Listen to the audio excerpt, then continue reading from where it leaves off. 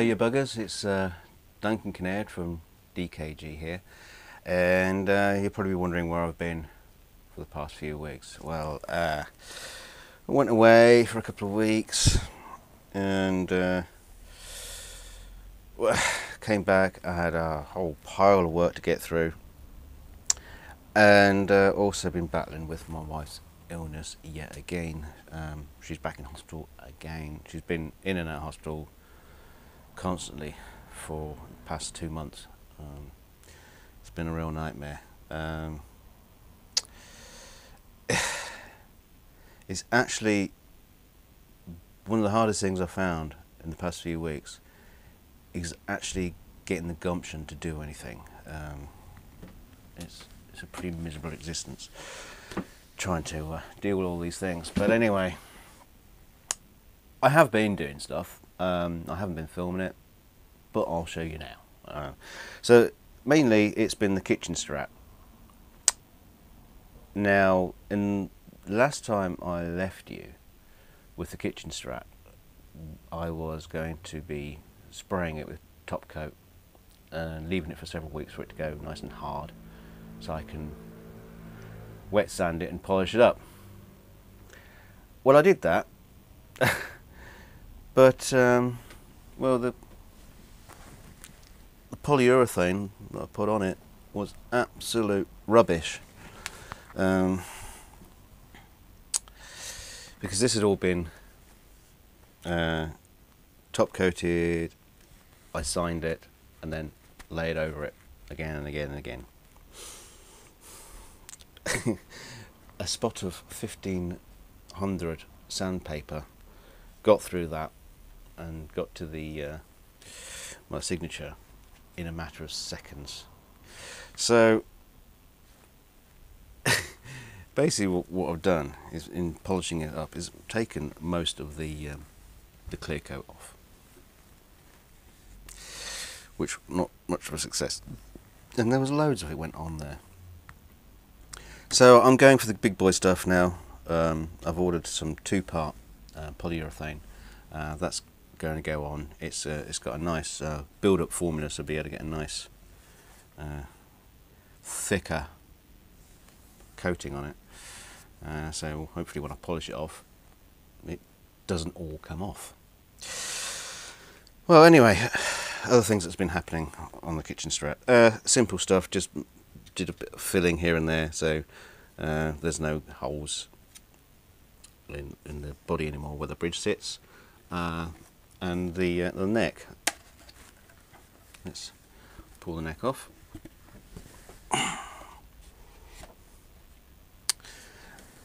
Yeah, so I told you I was getting some new headstock logos, and hopefully you can see this. I haven't got a preview monitor at the minute, so I'm going to try and put that in there. Hopefully you can see that. So that's a new DKG headstock logo. They're 3D printed, so each one comes with its own serial number built in to the logo, and that's set in. I've cut. It's basically like inlaid into the wood. That looks pretty cool. It's got very slight relief, a couple of millimetre, so it won't interact with the strings or anything. I've also cleaned up the neck. Now remember, I told you I was a bit unhappy with the neck because it had some bumps in it. Well, I've gone in with an iron and ice cream, anybody? Maybe I should use that as my intro. Yeah, so I've gone in with a steam iron, and that sort of brings up. It basically makes the fibres of the wood expand, and it can bring out the bumps. And so I've taken as much off as brought it up as much as I can, and then very light sanding. It was basically just taking off the finish really, to bring it back to a nice smooth neck. It needs a bit more finish putting back on it again. That's okay. So while I'm waiting for the 2-part poly to go off and go hard, which will be more time waiting, I'm thinking of replacing the tuners, because these tuners had these semi-closed tuners, which nobody's a particular fan of, I don't think. So I'm going to swap them out for some closed tuners. Fairly standard, but they're just a lot better tuners. But it does mean I've got to drill out these holes, make them bigger, and fill all these little holes, and just finish off the back so it looks nice. So I've got to do that. Finish the neck, and then I've sorted out the electrics. The pick guard's all been reloaded while it's been cleaned up, tested, and everything. So that's all good. We're getting really close. I mean, I can't believe this. We've been seeing this thing come together for so long. I can't believe the guy requested it so long ago. That's one of the reasons why I'm not too keen on doing commissions from people, because I can't guarantee fast turnaround. On that subject, a long time ago, I showed you some of these violins that I've been asked to customise. Well, this poor bugger is never, probably wasn't a great player to start with, but it probably won't be a great player afterwards. And it's falling to bits, and it's got a very nasty misshapen bit of wood there. Now the finish on here, it's a shellac, and it's just flaking off. Well, in some places it's on really solid, like on the top here. It's really nice and secure there, but around here it's just popping and peeling off.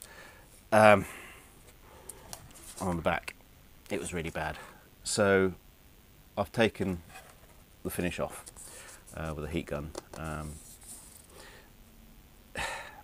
I probably didn't have to, really, not to finish it, but the reason why I've done that is because if I just paint over the top of it, there's no reason why that shellac finish later on down the line just decides to pop off, and you can just hang this on the wall and just watch all the paint work fall away.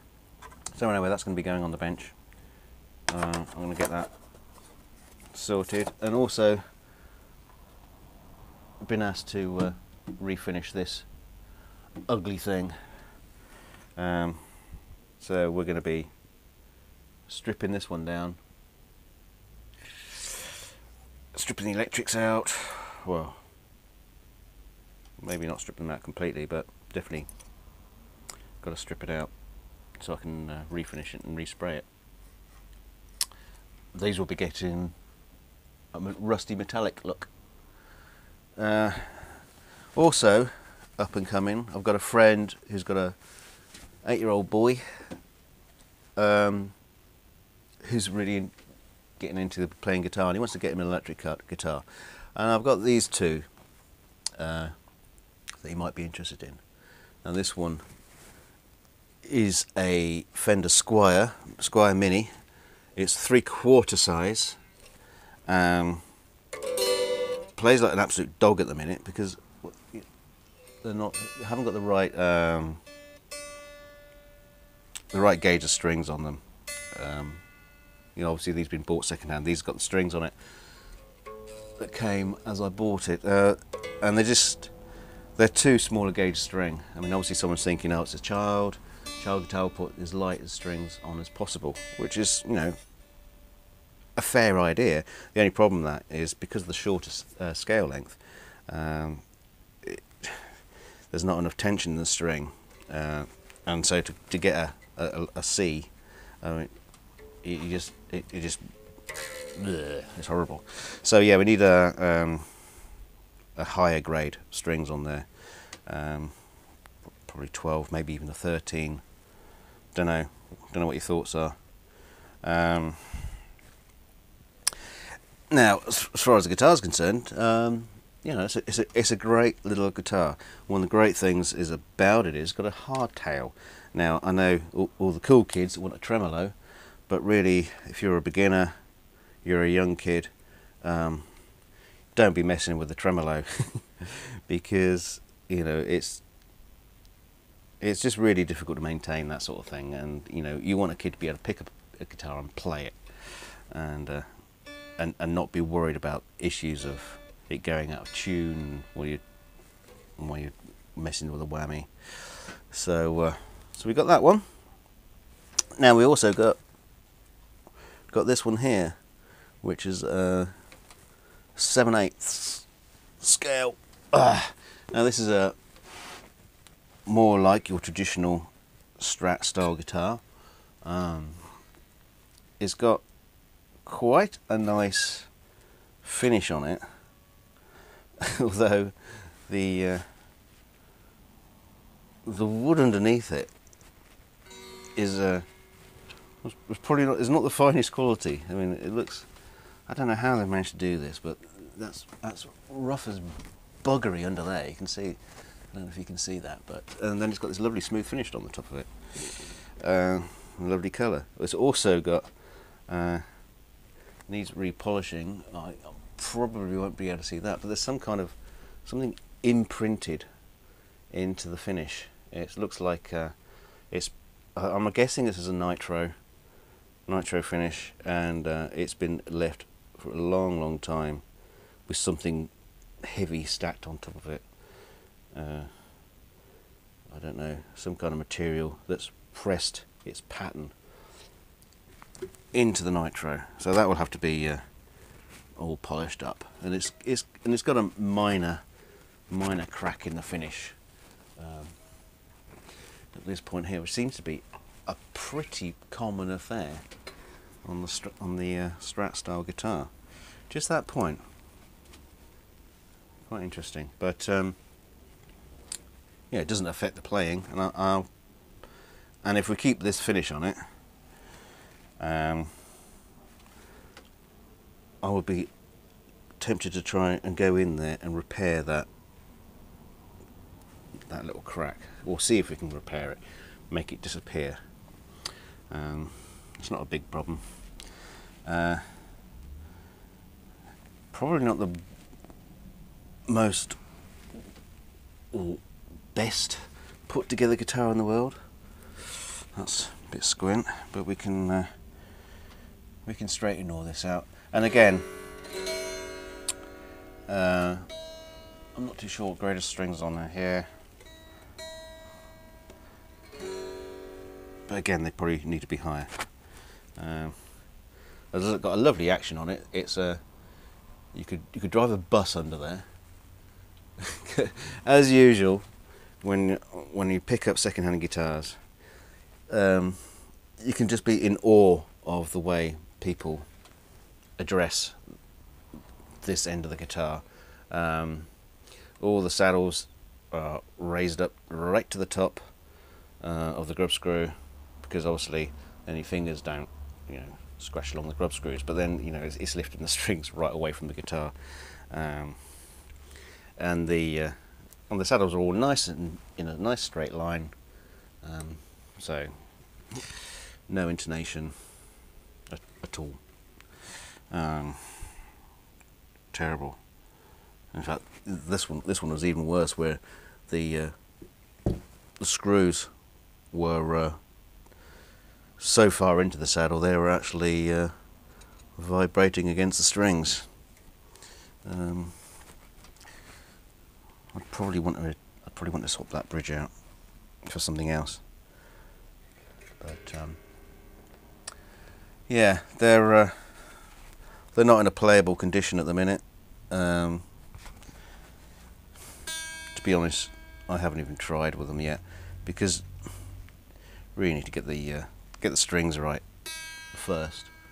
And well, if I'm going to do that, I'd like to take it apart and fix it. The nut looks really low. I'll have to have a look. Get my feeler gauges out but that seems to be really low at that end. So it might be a case of a new nut, or maybe just refilling, refiling the depth, or maybe just putting a shim under it. You can do that. So there's those two guitars, and well, let's see if it takes me another 2 months to put out another video. Till then, bye for now. Oh no, not bye for now.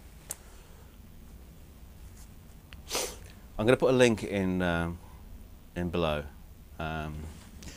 for Mike G, who supported me with some tunes for my intros. He's put out a video that is another step on the Tonewood debate ladder, where he, shall I tell you? No, I won't tell you. But just go and have a look at his video, and tell your friends. Go and yak about it on all the forums, and make sure plenty of people come and have a look, and throw their pennies in, because it's always good fun. So anyway, yeah, we'll see you later. Bye for now.